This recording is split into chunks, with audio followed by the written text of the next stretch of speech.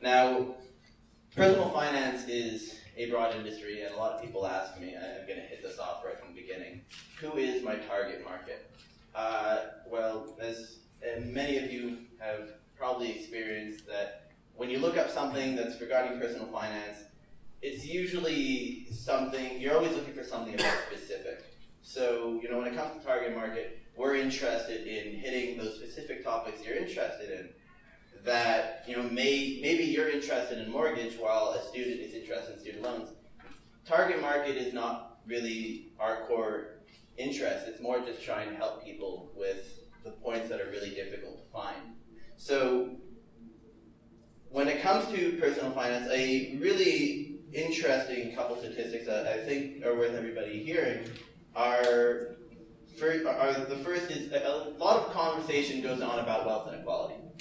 Right? Why am I making so much less than this other person? Why does 1% keep going up? And interestingly enough, a large percentage of that is a product of financial knowledge. There were some studies that were done and showed that 30 to 40% of wealth inequality is a product of financial literacy. So either way, and the other really interesting statistic, is that 70% of Americans have no understanding of interest, no understanding of inflation, and could not tell you which is better, a individual stock or a stock mutual fund in regards to risk. So that is quite extreme. And now I apologize because I really love numbers, so that I really had to hit that. Student loans. That's my topic of interest for right now. A lot of people are interested in student loans specifically because it's the biggest impact on your financial success for your future. You cannot easily have a retirement from the beginning of from the second you graduate, because you're going to come out with easily tens of thousands to over $100,000 in student loans. And a significant element of that is because a lot of people don't understand what they're getting into when they start with it. Anybody here know the Khan Academy method, like Khan Academy style of videos?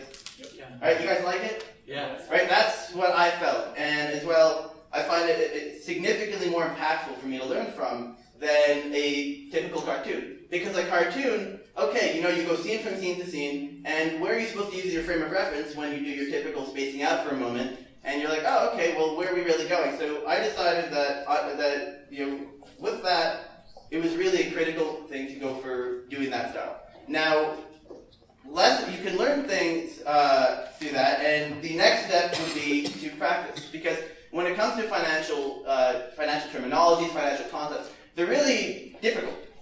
So I realized that as I was teaching myself finance, one of the problems for me, I'd read books, I could read all these books for Dummy series or anything. You can't practice. And I thought, okay, this may not be something everybody loves, but at least for those of us who really want to practice, it's there. And that's kind of like the intermediary, because the most important part that I thought was there is we set you up with all the links you need in order to apply everything you learn. Which, I'm going to be showing you a bit about a video we did on funding. Now, we give you a video describing, and this is applicable to a lot of people here, what's the purpose of funding? Now, the older gentlemen here, more experienced, the veterans in the workforce, understand that you need funding in order to get your company motivated and to get your company moving and to essentially move forward. But there's a lot of younger people and people who don't have much experience who are going to think, okay, well, what's the purpose of the money outside of me needing to pay somebody? And you get an understanding of what the importance of it is. And so, yeah, there's the education. But everybody talks about angel rounds, seed rounds, VCs, private equity, all this crap that nobody really has, to be frank, a fucking clue what's going on. I just thought, okay, you know what, this is something I have interest in, and what I'm saying in regards to setting up with links that you can apply it is we just set you up with 10 links that cover everything you need. Describing at what point do you need to go for which type of funding, what type of funding options are available. I mean, how many people here have really looked seriously into different contests you can make money from? The Halt School just mentioned they're doing $1 million. Anybody here go to university, have a startup, and never even heard about that before? Nobody's raising their hands. We got one, yes! That was really a shot in the dark. So, as I said, my website is significantly more appealing than I am. Right here is the face of our website, and it really captures very clearly what we're interested in. And it's just, we want to give you financial education that can help you go through life, have a retirement, do your financial planning, and it should be free. And it should be something easy to understand and easy to apply.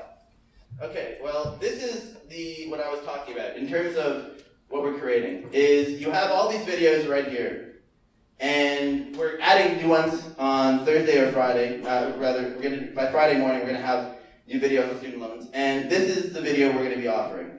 This video will describe how and why a company could raise capital. By raising capital, I'm generally referring to attaining money beyond the profit they might generate from sales. Now, that goes on and on about the point of seeking an investment. And what I referred to when I was talking about applying your knowledge is, here it is, types of funding, startup stages, private equity, venture capital fund. What are these things? What is an angel investor, a private equity firm? When you learn a bit about loans are something that startups can't really use, but when you get a bit bigger, maybe it's time to switch over to that.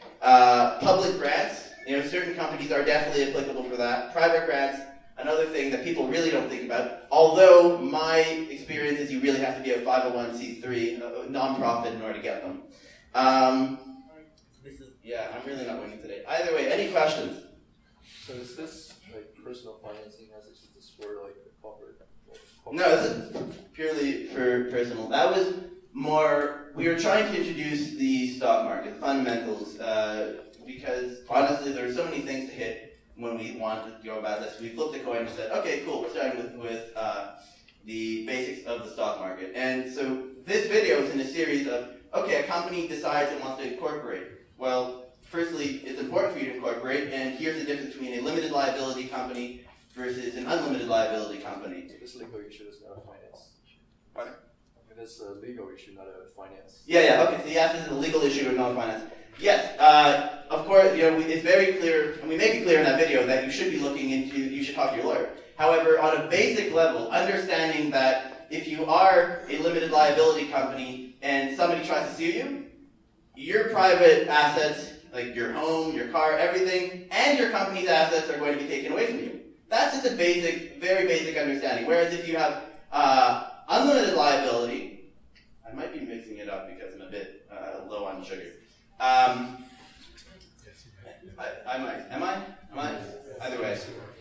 Whereas, okay, the point is, the opposite would lead to you only having your company's assets taken, which is very significant. If you guys are working on a startup and you don't understand that from the beginning, you should be incorporating to save yourself from any risk. If anything happens to the data in your company or some other thing, it depends really on your company. That is something that is important. I'm not going to say, I'm your lawyer, this is what you have to do. But definitely take that into account, and that's why we said it's important. And that's a step towards you ultimately going for an IPO. How are you going to make money? How are we going to make money? So step one is we have to get users. And once we get enough interest, we have two options. One, we can cop out and go with a subscription model, which I'm really doing my best not to do, and I've spent a lot of time figuring out how not to do that. Because education, in terms of personal finance, needs to be free. A lot of people are horribly affected because they don't understand how to make the proper financial decisions and how to do proper financial planning. And what I've done is come up with a couple ideas that we're practicing right now. For example, we're working on an idea for helping you contribute to your retirement account, which I'm assuming almost everybody here has heard about how you're probably not going to have retirement. Well, that's a significant reason for that is because nobody's contributing to the retirement account. In great part because you don't even understand the importance of it. So our interest is we want to essentially take what Acorns does with, you spend a little bit of money they take off, they round up to the next dollar and take off the cents and put it into an investment account.